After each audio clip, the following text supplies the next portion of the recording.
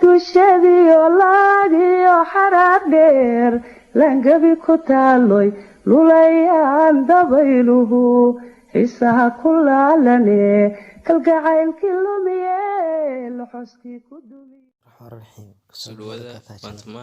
halkan maanta waxaan kasoo jeedin doonaa cashar ku saabsan sida pagekaaga magaciisa loo bedelo. Pagekaaga magaciisa si aad u bedesho waxaad isticmaalaysaa laba process ayaa isticmaalaysaa. waxaa laga yaabaa ka koowaad inuu ku shaqeyn waayo aad ku wareersid waxaa ku shaqeynaya ka labaad. haddaba ka koowaad waxaa weeye marka ugu horeysa waxaa u baahan tahay inaad gashid Facebook app ayaad galaysaa. markaad gashid ee home kusoo baxo waxaad ku dhufanaysaa barta deedna waa inaad pagekaaga gashaa. pagekaaga markaad gashid laba habbaad ku tegi kartaa pagekaaga informationkiisa adoo halkaa ku dhufta sii galgala iyo adoo dhaha adoo more kusii dhufta moorta hawl yar ee moorta sii gal deedna baashaas kusoo baxaysaa. waxaa ku dhufataa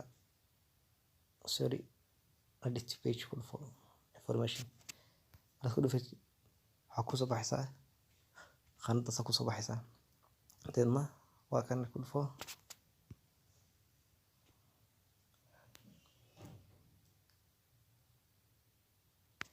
habkan ma shaqeyn deedna habkaas haddaad isticmaali weydo koowaad ku shaqeyn waayo waxaad ku dayeysaa habka labaad.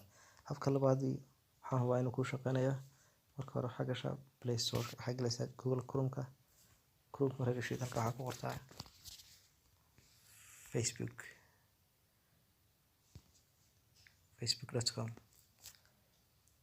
facebook.com markaa gashid waxaa kusoo baxaya facebookgaagi hadduusan mataqaana ka furan ka furo isla sidii bartaas galaysaa. waxaad sii galaysaa pagekaaga si tabta u galaysaa more taabo deedna edit page dheh qaladana kusoo baxaysa waxaa ku dhufanaysaa page information ku dhufo deedna waa kaas magacii waa kan ku dhufo waa kan waa yeelay bartaas ayaan saas oo kale ugu qorayaa magacaan doonaya inaan bedelo. waxaan doonayaa Bantaman Media oo kale ka dhiganayaa waa kaas oo waxaan dhahayaa continue halkan waa iska akhriyaysaa don't use it caadi waa akhriyaysaa oo waa notice yar ku yaala waa akhriyaysaa waxaad dhahaysaa continue waad leedahay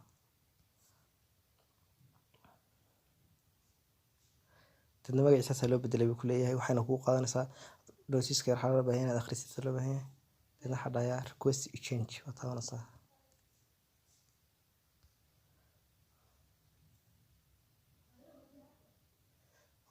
we are reviewing your name change request deedna waxaad leedahay okay ayaa sii leedahay.